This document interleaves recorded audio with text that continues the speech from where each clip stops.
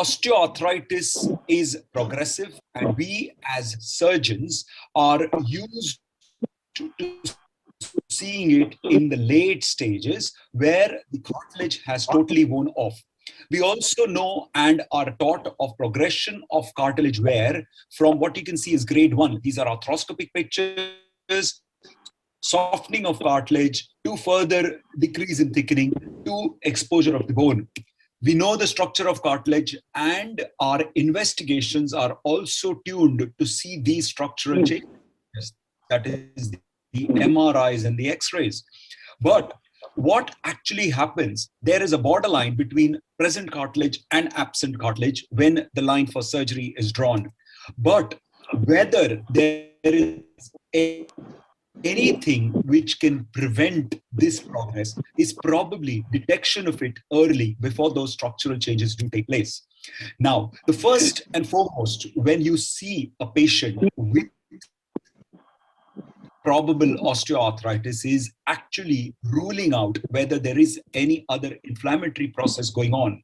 On the left side, you just see a South Indian perspective. In the monsoon, we think that the water is flowing and it's very, very clean, but it may not always be so. So similarly, in osteoarthritis, you have to imagine that a good proportion, up to half of patients, can have predominantly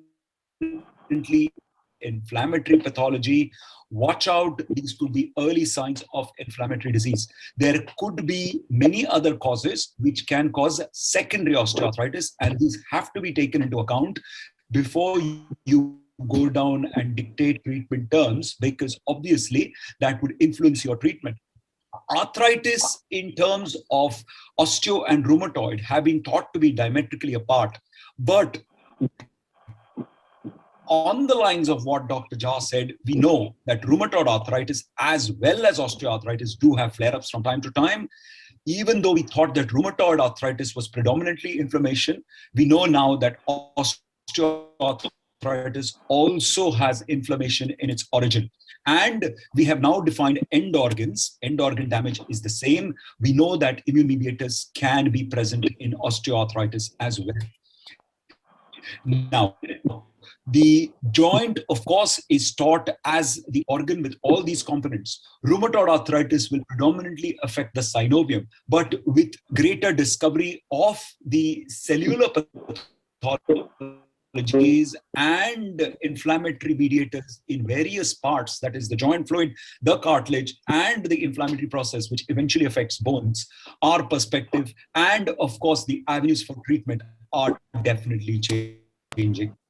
So again, a South Indian perspective here. Of course, it might seem very different. Osteoarthritis is predominantly structural, whereas the other types of arthritis have an inflammatory component. But keep in mind that the behavioral pattern of this disease might change and it might affect differently at different stages. So the scope and possibilities in terms of treatment are indeed vast. The forthcoming speakers will enlighten you more on the topic, and we carry on from there. Thank you.